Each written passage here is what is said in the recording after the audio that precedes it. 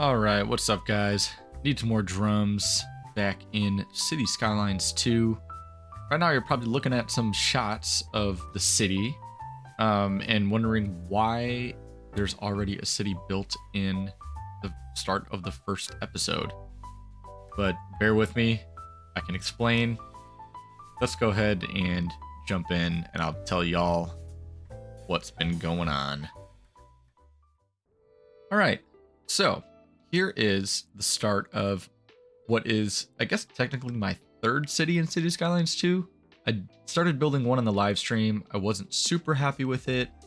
I've been building one off camera just for the fun of it. That I'll probably work on off camera, just for the fun of it, because I want to build one. But this is the city that I kind of want to start for a series. And right now it doesn't have a name. It's very small, and as you can see, we have a little square here with some row houses. We have a cemetery. We have some low density zones, a clinic, little commercial district, and jumping over across the river here, we have our power plant, landfill, and industry area.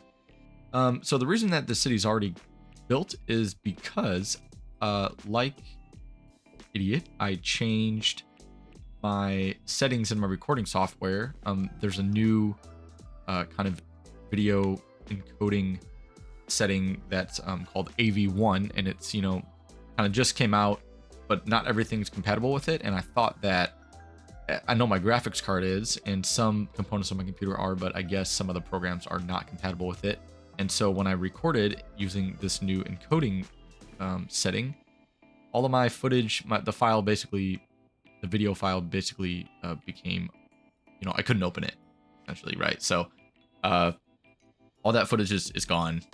It was only about an hour of recorded footage. We didn't spend a ton of time, but it kind of sucks because I did explain like everything that I was doing and why I was doing it. But I guess we could just, go for a little recap. So yeah, let's go ahead and just do that. First thing, I opted for coal power because we can trade the electricity and sell it for money. Number two, there's this nice little square here with some one-way roads, kind of a tribute to a town by me called Crown Point that has a nice little historical square in it. And it took me a little bit to build these row houses because I wanted to make sure that I got them aligned to the street. As you can see, they are nice lined up, and I'm going to put some back alleys here in a minute. Number three, these commercial buildings have a little bit of space between them and these roads, just so that I can get them all oriented to this main road. A nice little trick for a vanilla game, that doesn't have any kind of zoning orientation mod to it. And as you can see here, I tried to do something similar with the houses, but these ones I just kind of couldn't really help other than, not build these roads, which wouldn't make much sense. But at least these are all oriented, and I think it looks a little bit better this way anyway. And then finally, this is the start to our industrial area. It is by the water. This will be a nice spot to put a port, which is why I've actually gone ahead and leveled all this terrain to make it pretty close to the water's height. And as you can see, it's pretty much perfect. So there we go. That's a recap of basically everything that I've done and why I've done it. I guess another thing is why I chose this map. This is I believe it's called let me see if I can find it.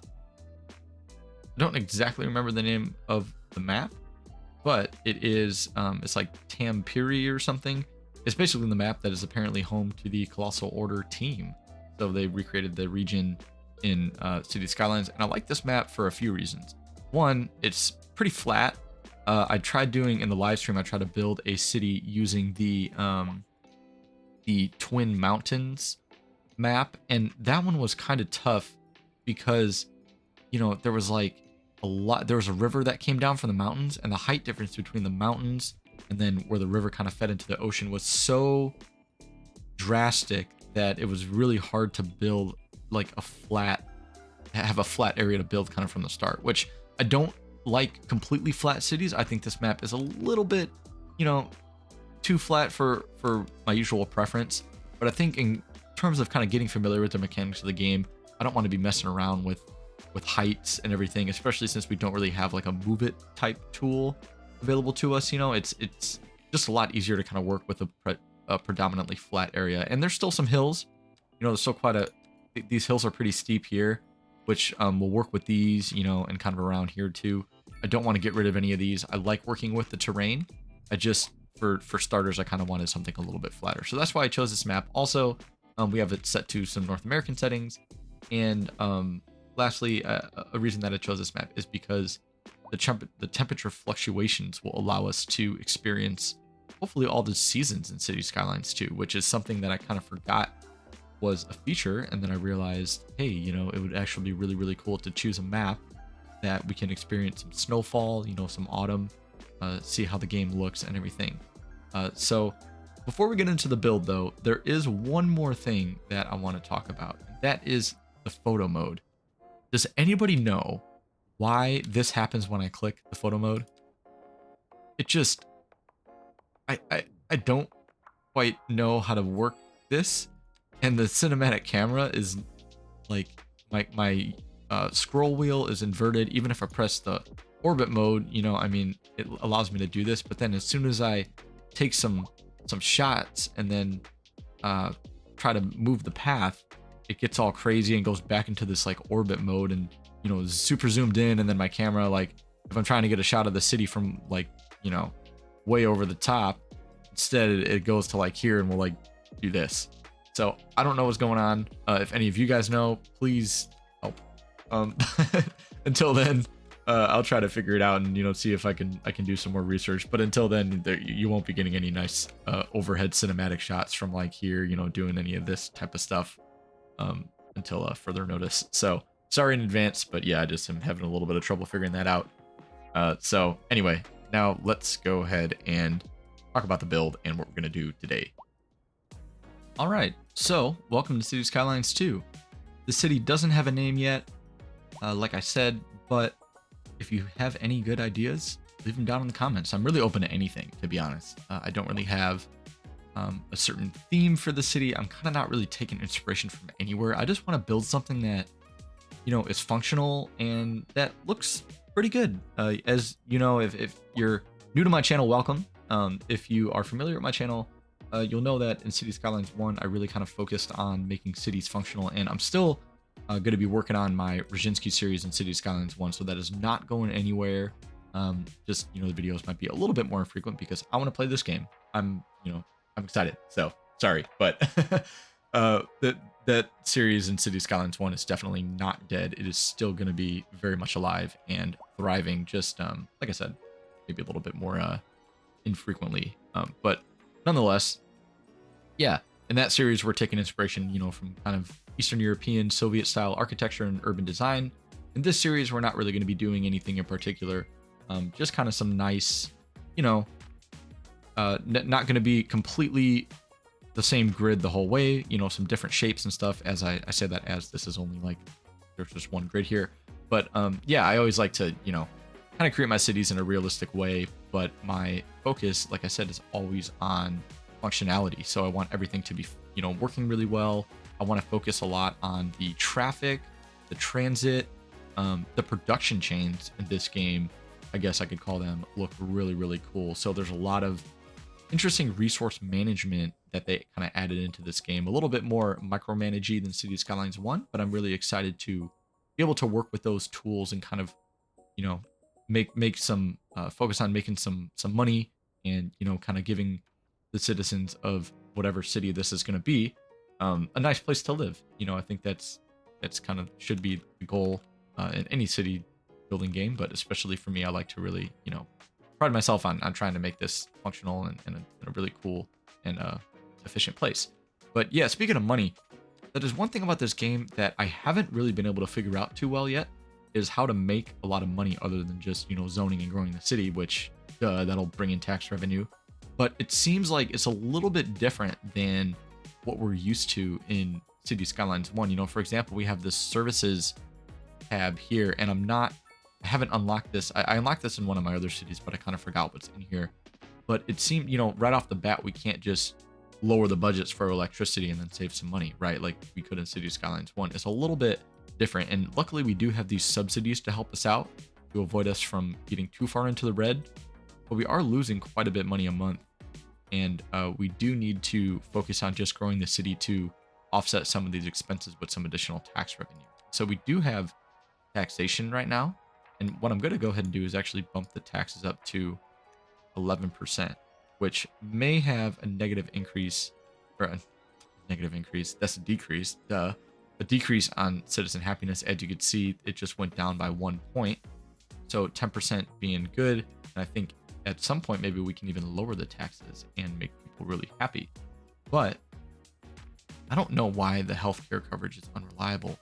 I have a clinic and there's like, it's fine. Oh, I see. So see, this is also interesting. We don't have enough well-educated employees. So we got to focus on our education, you know, and providing the resources that everybody needs. But in order to do that, we need to actually bring more people into the city. As you can see, it is literally tiny. Didn't spend too long on it yet. Like I said, only about an hour's worth of gameplay footage was lost in the fiasco that was me adjusting my settings without knowing really without testing them first before recording. Should have done that. Live and learn. But what I want to do today is start with some residential expansion. And one thing that I said in the first video that got lost was that I don't want to, I kind of explained where I want to go with this city. So in this whole section here, I'm really not concerned about this being a densely populated area. Oh, that's not good. We'll work on that. Okay. All right. I'm going to pause because you guys are annoying. And you know what? Can I mute you? Ah, there we go. Yeah, for now. I know what I'm doing. I'll turn it back on later. But yeah, anyway, what I want to do is for this part of the city, I'm not focused on having this be like the downtown. So even though it's kind of our starting area, I'm going to grow this as sort of like a suburb kind of on the outskirts. The downtown area, I actually want to put over here. So we did expand already from the starting tile. We bought a few plots of land over here, like where we put this landfill. And so my goal is to kind of build this area out, get a pretty stable population and some infrastructure, and then we'll start to branch out to the downtown once we have, you know, some of this land available to us and kind of some more resources that we could put into building a downtown. The problem with, like, obviously the city will grow, and I'm sure that the density will increase as we kind of expand out. But the goal is not to have this be the main city, as opposed to, you know, a lot of times when people start their series, or like the way that I used to play in SimCity 4 was, you know, I would start in the start tile and just kind of keep growing this part out and growing it out and growing it out. And I get it. That's a little bit more of a realistic way that a city probably grows, but I do want to, and I do want to grow the city that way. Right. But at the same time, I want to kind of build this with a mindset that this isn't really going to be the biggest city in the region. You know, I'd like to think that this is a starting city. It's going to grow. It's going to get to a pretty good size, but then people are going to go and find kind of new frontiers and, you know, move maybe over here, and we'll start kind of like a second city in a way. And then that will grow to be like one of our bigger main areas. So yeah, with that being said, let's go ahead and get started and zone out some more residential and just kind of expand this a little bit more. All right, so here we are jumping into a little bit of a time lapse, just expanding out some of these suburbs kind of along the river. You know, like I said, I want this to be a primarily lower density area. So I'm not really too focused on getting any, you know, super crazy tall buildings here. Maybe some apartments, and, you know, but that'll be the extent of it. And you'll see, like, in probably the next episode, you know, I'll expand this area out a little bit more. But for now, you know, I just wanted to leave that little gap by the river too. And one thing that's cool about playing vanilla is you'll see me doing right now kind of some nifty zoning tricks. You know, leaving some space at the end of the zone, or like the zonable area, to be able to kind of choose the orientation of the buildings that I want. And I know it doesn't work perfectly, you know, it doesn't work like the corners, but for the most part, it, you know, makes it look a little bit better, I think. You know, it kind of helps fill out the block a little more when most of the buildings are facing the same way. And what I could do is bring it like one tile, kind of like these row houses, you know, where I leave one tile between the road and the start of the zone.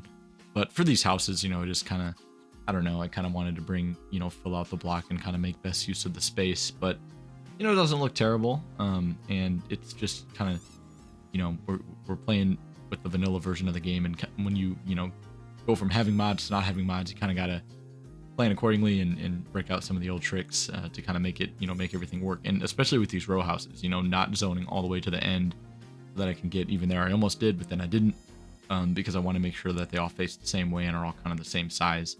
It just that it doesn't take long to do, it's just that little bit of attention to detail that kind of pays off in the future. It makes everything look really good and well planned out. And so here, just kind of figuring out where I want this road to sit, kind of along the river and going up into this hill.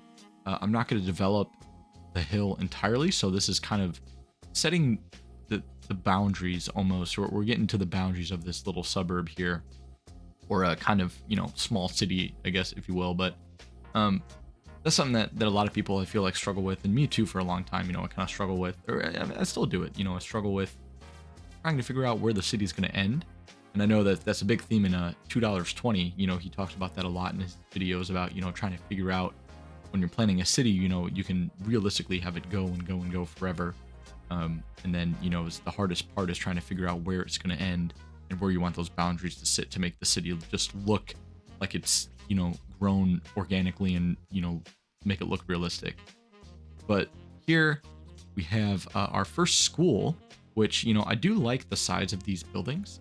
They're, a little bit bigger than they were in City Skylines 1. Maybe a little bit, I don't want to say too big, but definitely, won't be placing these schools, at every corner. But, that's, I'm sure what mods will be for in the future, but they look good. It's kind of cool that I have some bigger, larger scale buildings and, make them take up a little bit more of a significant footprint. So you kind of got to plan around that. And as you saw, I had to delete a road to fit that school in there, and that just kind of comes with it breaks up the kind of, not that this is a grid, but it kind of breaks up the flow of the roads. I have this, now you have this big space, then you got to fill, and I want to eventually turn that into like a park kind of area, a little open area with some pathways and things. But here, jumping over to the industry, since we always have industrial demand, it's the same thing in City Skylines 1 and Rajinski. We've been fighting industrial demand basically the whole series, and so this is no exception. Going back and forth over there to the other side of the river to make sure that there's enough industry, because we know that they always just are demanding more. But it's good, making the city money gives people jobs. We need it, so no big deal. But yeah, this part of the city was kind of hard to design, to be honest. I didn't really quite know what I wanted to do, and with the zoning areas, like, kind of is what it is. I mean, we don't have a tool, which again, I'm kind of surprised that they don't have that in City Skylines 2 when they built it into City Skylines 1. That's part of the base game, a little bit, just a little while ago. But any kind of zoning orientation tool to, choose which roads you want the zones to sit on. Yeah, they don't have that in this game, and kind of a bummer. I'm sure there'll be a mod for it, or a patch maybe even. But yeah, it's a feature that I miss a little bit, especially with areas like that, where there's random roads. And even here, it would be nice to be able to zone along these longer roads and have all the houses face the same way, just for that little extra bit of realism and detail. It's just that, like, it's those features, that make the city just look that much better. But yeah, here using some alleyways, I like those in this game. I like that that's a base game feature, just these one tile wide roads that you can kind of fit into some of these smaller areas.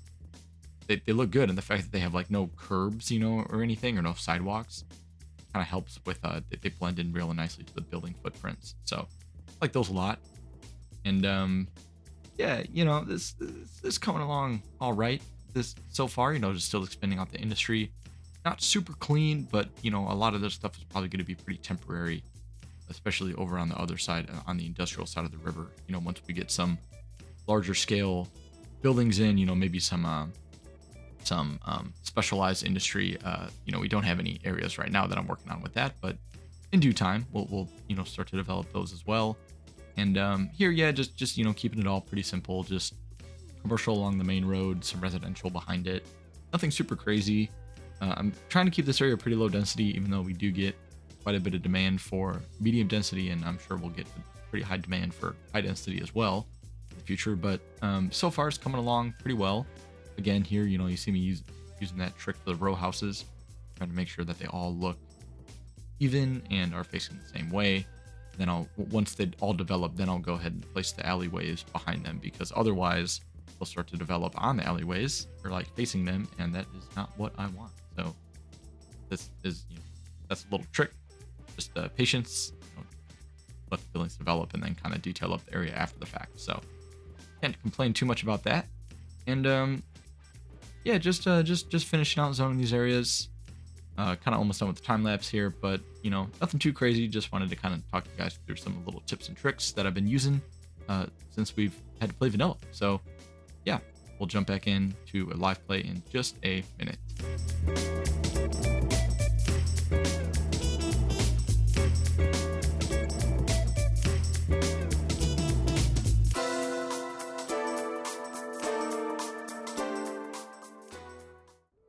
All right, we have just reached the large village milestone, and things are looking good.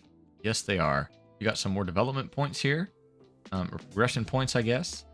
Don't really know exactly what I want to get yet. I kind of want to get. Let's think here. There are a few things that I wouldn't mind having, particularly a college, so we can start getting some higher education, and probably. You know what? Let's actually just go ahead and get the college. Got that. And I like the idea of a water treatment plant instead of just dumping it into the ocean. Maybe I'll hold off on that for just a minute.